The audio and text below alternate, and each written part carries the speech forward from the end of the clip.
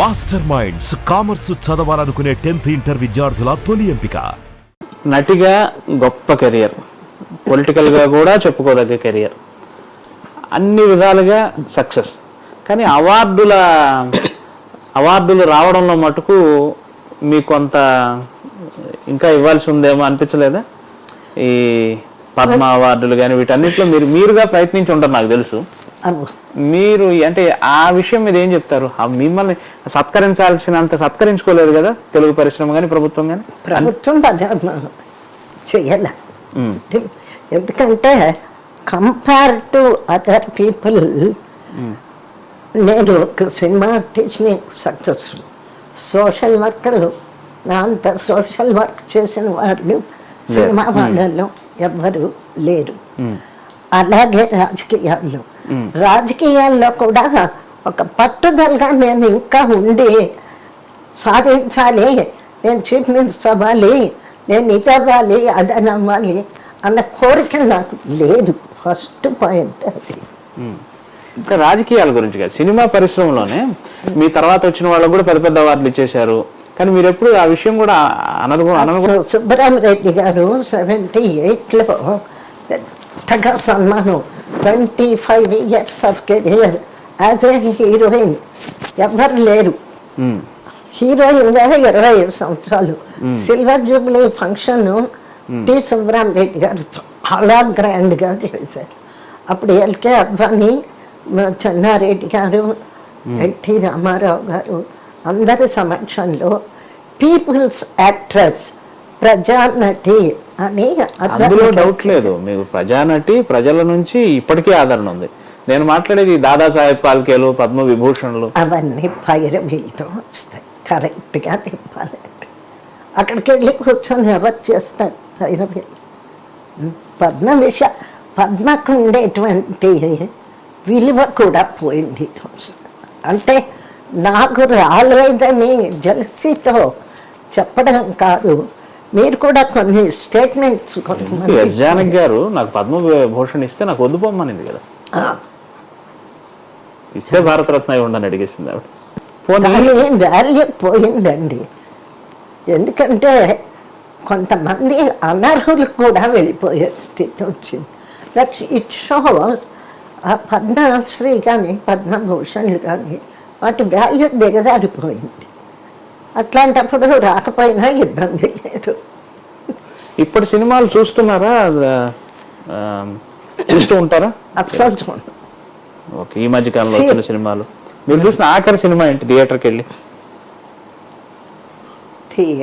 వెళ్ళి మేబీ అవకాశం ఉండదేమో జనం అంతా. అసలు 20 ఏళ్ళ ఉంటుంది. ఒక విశ్వనాథ్ పిక్చరు ఆ మధ్య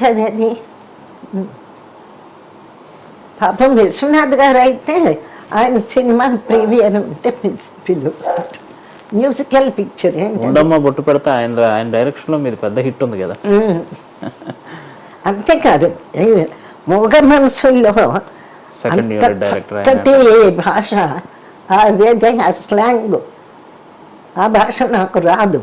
అప్పుడు పాపం కె విశ్వనాథ్ గారు ఇంటికి వచ్చి, అయ్య బాబు కొబ్బరి సెట్టు మీద తెల్లకాకి అంతే మామ ఇట్లాంటి ఆ భాషలతో నేర్పించాను. బ్రహ్మాండం.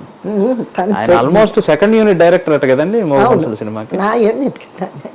ఓ బ్రహ్మాండం. బాగుంది. ఈ మధ్య లేదా ఈ తరం ఆర్టిస్టులంతా మీ నుంచి చాలా నేర్చుకోవచ్చు.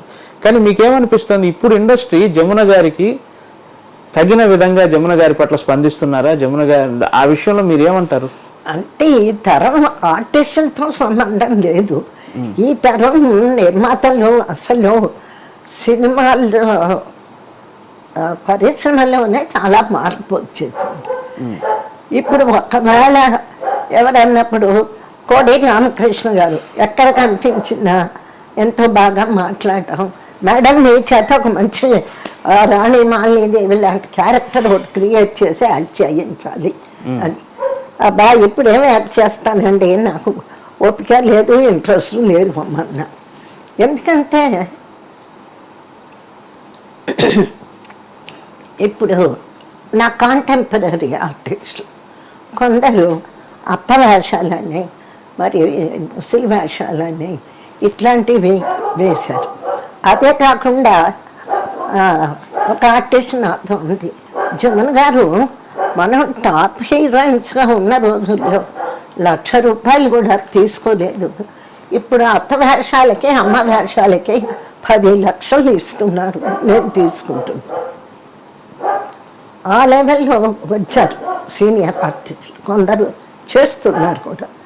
నా థియరీ ఏంటంటే, ఒకటి నాకు ఈ హెడ్ షేక్ ఒకటి ఎక్కువగా ఉంది, అందుకు అవాయిడ్ చేశా. రెండవ కాన్సెప్ట్ ఏంటి అంటే, ఒకప్పుడు ఒక అందాల హీరోయిన్గా ఉండి రాణిగా ఉండి ఇప్పుడు ఎందుకు ఈ ముసలి వేషాలు వేయకపోతే ఏమైంది? ప్రేక్షకులకి అలాంటి రూపాన్ని అలాగే ఉంచారు.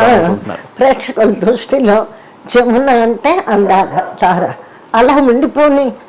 ఇప్పుడు మనకు ఆర్థికమైన ఇబ్బందులు ఏం లేవు, భగవంతుడు ఇచ్చిన దాంట్లో సంతృప్తిగా నలుగురికి దాన ధర్మాలు చేసే లెవెల్లో ఉన్నాను, పర్వాలేదు, జీవితం సంతృప్తిగా ఉంది.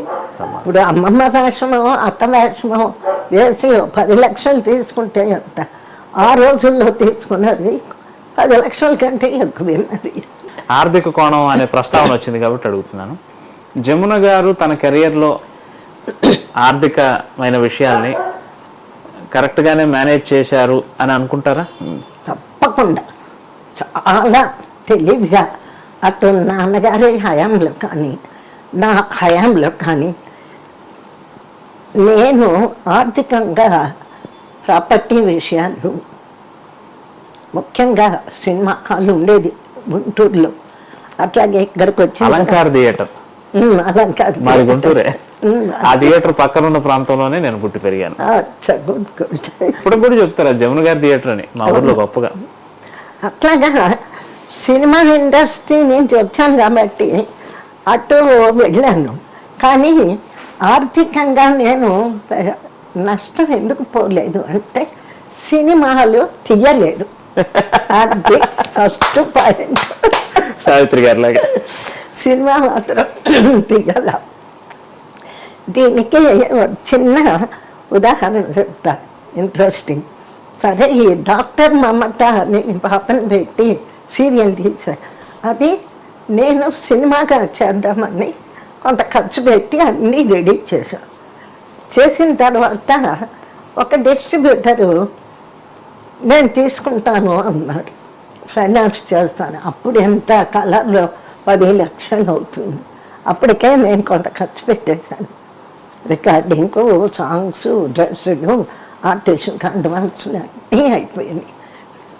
ఆయన లాస్ట్ మూమెంట్లో చేయించేశాడు, చేద్దామని కాల్ షీట్లు ఇచ్చేశారు, షూటింగ్, రా ఫిల్మ్ అన్నీ కొనిపెట్టేశారు. అప్పుడు అది డిస్ట్రిబ్యూషన్ కంపెనీ ఉంది. సరే కదా అని ఏమయ్యా వెళ్ళాలి షూటింగ్ అంటే మనిషి రాల. అప్పుడు ఏం చేశాను, విజయవాడ పరిగెత్తి ఆ డిస్ట్రిబ్యూటర్ ఫాదర్ని, సార్ ఏంటి మీ అబ్బాయి తీసుకుంటానన్నాడు, అన్నీ రెడీ చేశాక రాలేదు, డబ్బు ఇవ్వలేదు, నేను ఇంత ఖర్చు పెట్టాను అని చెప్తే ఏమి రా ఏంటంటే చేద్దాం తీరట్టు మెడ్రాస్ వచ్చాక మా మేనేజర్ని అడిగా, ఏంటి ఇట్లా చేస్తున్నాడు, ఏంటి విషయం అంటే ఫైనాన్సర్ దగ్గర తీసుకుందాం అన్నాడు. అంటే నాకు తెలియదు కదా ఈ ఫైనాన్స్, ఫస్ట్ టైం నేను సినిమా తీయాలనుకుంది. అడిగితే ఏముంది మేడం, ఆయన దగ్గర ఏం లేదు, ఫైనాన్స్ చేస్తాను, ప్రొడ్యూసర్ అని తన పేరు వేయించుకున్నాడే, ఆయన దగ్గర నండి లేదు, మీ ముఖం చూసి ఇస్తారు. ఎందుకు ఇస్తారు, మీకు దగ్గర సినిమా హాల్ ఉంది, ఇక్కడ పెద్ద ప్రాపర్టీ ఉంది, అది పెడితే మీకు కూడా 10 లక్షలు ఇస్తారు.